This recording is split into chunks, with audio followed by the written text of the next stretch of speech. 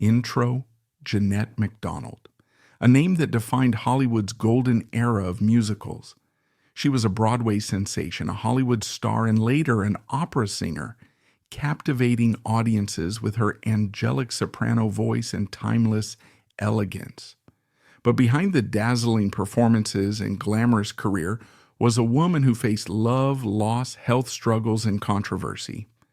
From her humble beginnings in Philadelphia to becoming one of MGM's most celebrated stars, her journey was nothing short of extraordinary. So let's take a deep dive into the life, career, and legacy of Jeanette MacDonald, the woman who brought music to the silver screen. Childhood and family. Jeanette Anna MacDonald was born on June 18, 1903, in her family home at 5123 Arch Street, Philadelphia, Pennsylvania, U.S. She was the youngest of three daughters born to Daniel MacDonald and Anna Mae MacDonald, née Wright.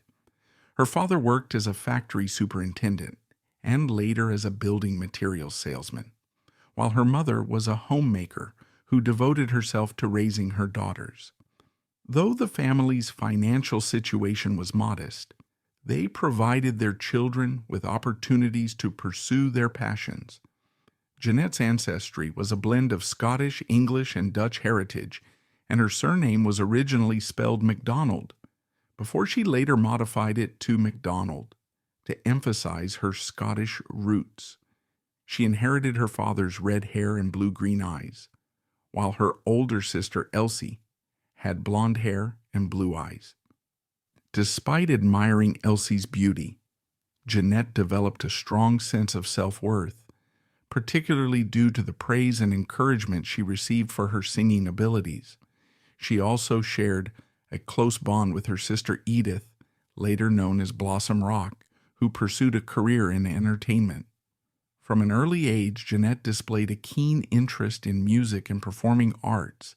She was a bright, lively, and determined child, often entertaining family members and neighbors with impromptu performances. Encouraged by her parents, especially her mother, she began taking ballet classes with Caroline Littlefield, a well-known dance instructor in Philadelphia.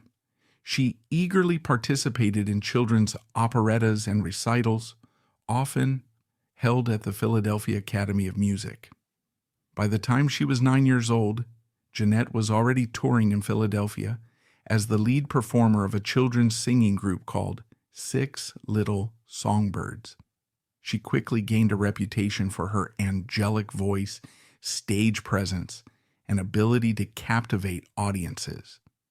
Despite her love for music, her childhood was not without hardship. The family's financial limitations made her even more determined to succeed. The most significant emotional challenge of Jeanette's early years came with the sudden death of her father, which deeply affected her. Though she rarely spoke about it in public, those close to her believed that this event shaped much of her personal and professional life, making her even more determined to achieve success and provide stability for herself and her family. As Jeanette entered her teenage years, her passion for the stage grew stronger. She took private vocal lessons, idolizing opera singers and Broadway stars, and dreamed of performing on the grandest stages. By the time she was 16, she had developed a strong soprano voice and was already making strides toward a professional career in musical theater. Unlike many children with fleeting ambitions, Jeanette was resolute and fearless, singing at local events, participating in amateur theater productions, and networking with professionals in Philadelphia's performing arts scene. Following in the footsteps of her sister Blossom, Jeanette eventually moved to New York City as a teenager to pursue professional opportunities on Broadway. With her father gone and her career aspirations growing, this marked the beginning of her incredible journey, from a small-town girl with big dreams to an international star. Jeanette MacDonald's career was one of remarkable versatility, spanning Broadway, Hollywood, opera, and television. MacDonald's passion for performing began at an early age. She moved to New York City as a teenager, determined to pursue a career on the stage. Her Broadway journey began in 1920 when she landed a role as a chorus replacement in Jerome Kern's Night Boat. Around the same time, she joined the road company of Irene, where she played a secondary lead role, gaining valuable stage experience. Over the next few years, MacDonald steadily worked her way up in the world of musical theater, appearing in Greenwich Village revues and off-Broadway productions. Her breakout moment came in 1927, when she secured her first leading role in Yes, Yes, Yvette, which established her as a rising Broadway star. Following this success, she continued to build her stage presence with starring roles in productions such as Sunny Days, 1928, and Boom Boom, 1929. Boom Boom was particularly significant, as her name appeared above the title, marking her transition from an emerging performer to a recognized Broadway leading lady. During this time, she worked with some of the most influential composers and producers in the industry, refining her operatic vocal style that would later define her career in Hollywood. MacDonald's transition from Broadway to Hollywood's silent-to-sound era came unexpectedly, but proved to be a turning point. Director Ernst Lubitsch, known for his sophisticated musical comedies, attended one of her performances and recognized her on-stage charisma and vocal prowess. In 1929, Lubitsch offered her a screen test, which led to her Hollywood debut in The Love Parade, a musical co-starring Maurice Chevalier. The film was an instant hit, receiving 6 Academy Award nominations, and MacDonald's screen presence and vocal performance were widely praised. Her success in film came at the perfect time, as Hollywood was making a rapid transition from silent films to talkies. With her strong voice, comedic timing, and elegant screen presence, she was ideally suited for the new era of musical films. Over the next few years, MacDonald became a box office sensation, starring in a series of successful musical comedies, including Monte Carlo, 1930, The Smiling Lieutenant, 1931, and 1 Hour with You, 1932. By the early 1930s, MacDonald had fully transitioned from a Broadway starlet to a Hollywood leading lady, paving the way for an even greater career at Metro-Goldwyn-Mayer, MGM, in the mid-1930s. This early decade of training, stage performances, and breakthrough moments not only showcased her talent, but also shaped her into one of the most versatile performers of her time. During the late 1930s, MacDonald was one of Hollywood's most bankable stars, and her films regularly ranked among the highest grossing of their respective years.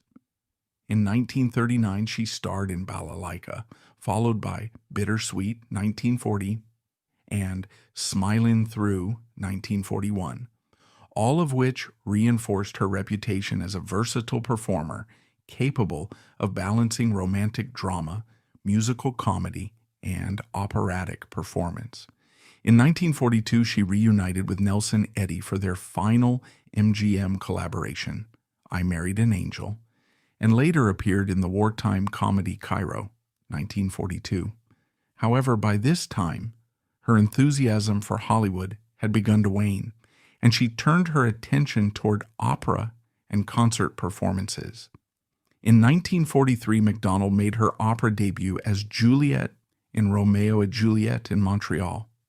This marked a significant shift in her career, as she increasingly focused on classical music and live performance rather than film.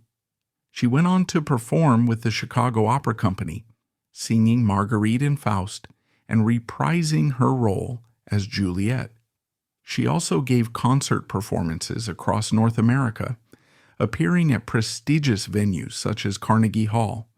Her concerts were immensely popular, and she proved that her appeal extended far beyond Hollywood musicals. Despite stepping away from film, MacDonald remained a prominent public figure throughout the late 1940s and 1950s. She frequently appeared on radio and early television, including popular programs like The Voice of Firestone and This Is Your Life. In 1949, she returned to MGM for one final film, The Sun Comes Up, a poignant drama in which she starred alongside the famous dog, Lassie. Although this would be her last film role, MacDonald continued to perform in opera and summer stock productions, including The King and I Am Bittersweet. By the 1950s, Jeanette MacDonald had largely stepped away from Hollywood filmmaking, but her career continued in new and meaningful ways. As the golden age of Hollywood musicals waned, MacDonald transitioned into concert performances, opera, and television, ensuring that her legacy as a pioneering musical star remained intact. Though her public appearances became less frequent due to declining health, she remained a beloved and influential figure in the entertainment industry. During this period, MacDonald focused on her concert and opera career, performing for enthusiastic audiences across the United States and Canada. She embarked on several concert tours, often selling out major venues such as Carnegie Hall, the Hollywood Bowl, and the Philadelphia Academy of Music. Her concerts were met with overwhelming acclaim, as audiences still adored her angelic soprano voice and elegant stage presence. She performed classical arias, operatic selections, and beloved film songs, catering to both opera lovers and longtime Hollywood fans. In addition to her concert work, MacDonald continued to explore opera, a passion she had nurtured since the 1940s. She reprised her role as Juliet in Romeo and Juliet in several performances across North America, including in Montreal, Toronto, and Chicago. She also sang Marguerite in Faust, further solidifying her credibility as a serious operatic soprano rather than just a Hollywood singer. Unlike many, television also became a new platform for MacDonald in the 1950s. She made guest appearances on popular programs, including The Voice of Firestone and The Ed Sullivan Show, where she performed live, introducing a new generation to her signature songs. In 1952, she was the subject of This Is Your Life, a touching tribute that celebrated her career and personal achievements. MacDonald's presence on television helped maintain her popularity in an era dominated by the new medium, ensuring that audiences who had grown up watching her films could still connect with her work. MacDonald also ventured into musical theater revivals and summer stock productions. In 1954, she starred in a production of Noel Coward's operetta Bittersweet, reprising a role she had made famous in the 1940 film version. In 1956, she performed in Rodgers and Hammerstein's The King and I at the Starlight Theater in Kansas City. However, her health issues were becoming more apparent, and while performing at the Starlight Theater, she collapsed on stage due to heat exhaustion, which was later revealed to be a heart-related episode. Despite her diminishing health, MacDonald remained a dedicated performer. She recorded several albums during this period, including compilations of her famous film songs and new classical recordings. Her ability to balance film nostalgia with serious classical music allowed her to remain relevant in a rapidly changing industry. By the late 1950s, her appearances became even rarer due to progressive heart disease, but she remained involved in philanthropy and public engagements. She occasionally attended film retrospectives celebrating Hollywood's golden age, where she was honored for her contributions to the film and music industries. Throughout her career, MacDonald was celebrated for her grace, talent, and commitment to artistic excellence. She was awarded 2 stars on the Hollywood Walk of Fame, and her footprints were immortalized at Grauman's Chinese Theater. Scandals. Jeanette MacDonald was not only admired for her talent, but also became the subject of numerous rumors and controversies throughout her career. Although she tried to maintain a private personal life, Her alleged romantic entanglements, conflicts with colleagues, and marriage difficulties became persistent topics of speculation. One of the most enduring rumors surrounded MacDonald's relationship with Nelson Eddy, her frequent co-star and musical partner. The two starred in 8 films together, and their on-screen chemistry was so convincing that fans believed they were romantically involved off-screen as well. According to Sharon Rich, author of the biography Sweethearts, MacDonald and Eddy had a long-running love affair that began before MacDonald's marriage to Gene Raymond and continued until her death. Rich, a close friend of MacDonald's sister, Blossom Rock, claimed that the two stars had a deep and enduring love, often writing letters and keeping diaries that chronicled their relationship. One such letter, allegedly from Eddy to MacDonald in 1935, read, "I love you and always will." The alleged romance between MacDonald and Eddy was not without tragedy. According to Rich, MacDonald became pregnant multiple times with Eddy's children, but each pregnancy ended in miscarriage due to the stress of their hidden relationship and the pressures of Hollywood. One particular miscarriage was said to have occurred during the filming of Rosemary, 1936. In her unfinished memoirs, MacDonald hinted that her husband, Gene Raymond, was unable to have children, further fueling speculation about the true paternity of her lost pregnancies. There were also claims that Raymond was physically abusive towards MacDonald, leading to at least one violent confrontation between him and Eddy. It is said that Eddy attacked Raymond after discovering bruises on MacDonald, leaving Raymond severely injured. Louis B. Mayer, head of MGM, reportedly intervened to prevent MacDonald from leaving her husband to marry Eddy. This led to a devastating miscarriage of a 6-month-old fetus, a baby boy whom Eddy allegedly named Daniel Kendrick Eddy, and buried in Ojai, California. Despite letters, personal notes, and accounts from those close to MacDonald and Eddy, the nature of their relationship remains disputed. Biographer Edward Barron Turk, who conducted a lengthy interview with Gene Raymond, denied the existence of a romantic affair between MacDonald and Eddy. However, supporters of the MacDonald-Eddy love story argue that private letters and testimonies from close friends and family members provide strong evidence of their secret romance. Marriage Jeanette MacDonald and Gene Raymond were married on June 16, 1937, after meeting at a Hollywood party in 1935. Their marriage lasted until MacDonald's death in 1965, but their relationship was far from perfect and was often surrounded by controversy and speculation. MacDonald's marriage to Raymond also faced rumors regarding his sexuality. Some sources suggest that Raymond was homosexual, and MacDonald discovered evidence of his extramarital relationships with men early in their marriage. Allegedly, she confronted him during their honeymoon, leading to significant emotional distress. Although MacDonald never publicly addressed these rumors, speculation persisted for years, with many believing that her marriage was a facade to maintain a socially acceptable image in Hollywood's golden age. Despite these difficulties and persistent rumors, MacDonald and Raymond remained married for nearly 3 decades. Raymond frequently accompanied MacDonald to public events, supporting her career and standing by her side. After MacDonald's death in 1965, he continued to honor her memory, participating in tributes and public events dedicated to her legacy. Other relationships.